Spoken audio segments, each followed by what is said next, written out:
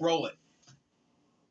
Starting next week, return to the office. Gee whiskers. Hey, honey, I'm going to need you to start meal prepping my lunch ASAP. We're going into the office. My clothes dry cleaned on Saturday. They'll be ready to go next week. Whew, can't wait to have a conversation with Cheryl by the water cooler. Return to office? Seriously?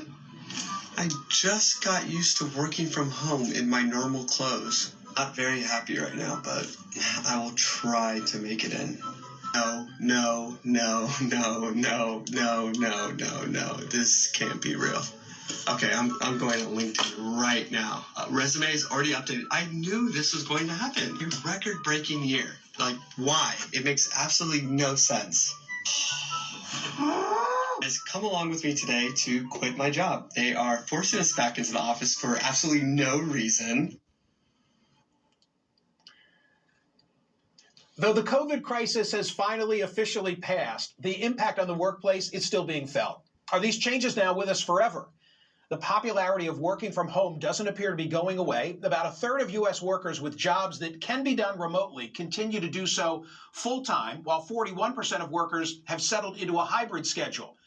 Plus, the number of companies that require employees to be in the office full-time, it dropped from 49% in February to just 42% in May.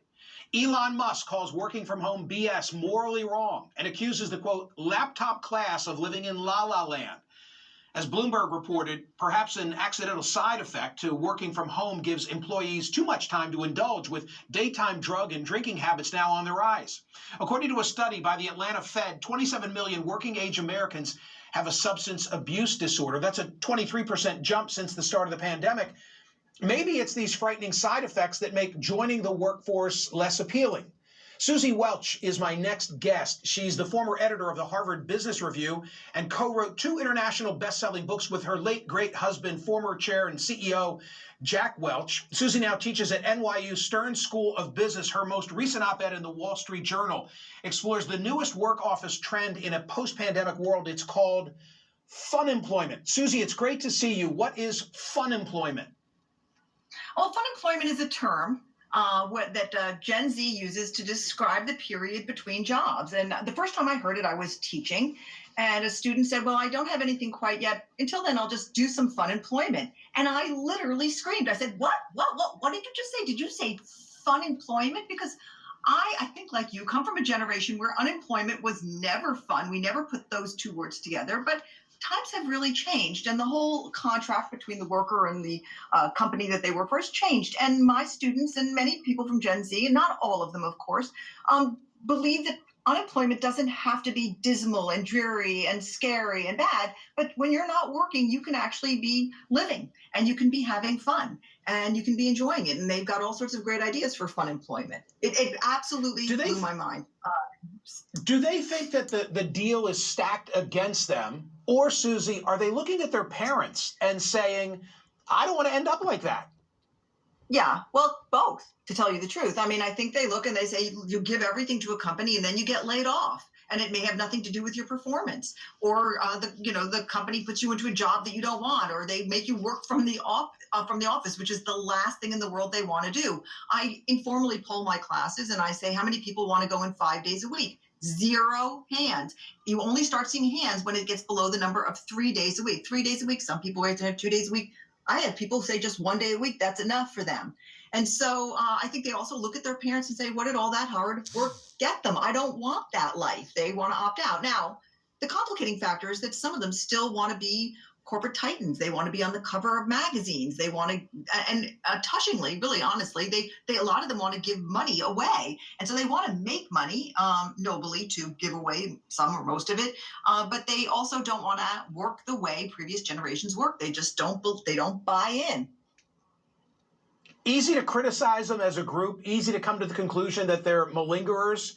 But in your own very thoughtful piece, you say, you don't know. Maybe they have the right idea. I mean, my poll question today asks about their work-life balance and whether it's bonkers or whether they have the right idea.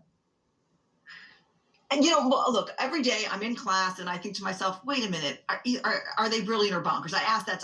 And I don't come out thinking that they're bonkers. I think that, like our own generation, they came to their values honestly. They have had very limited geopolitical stability.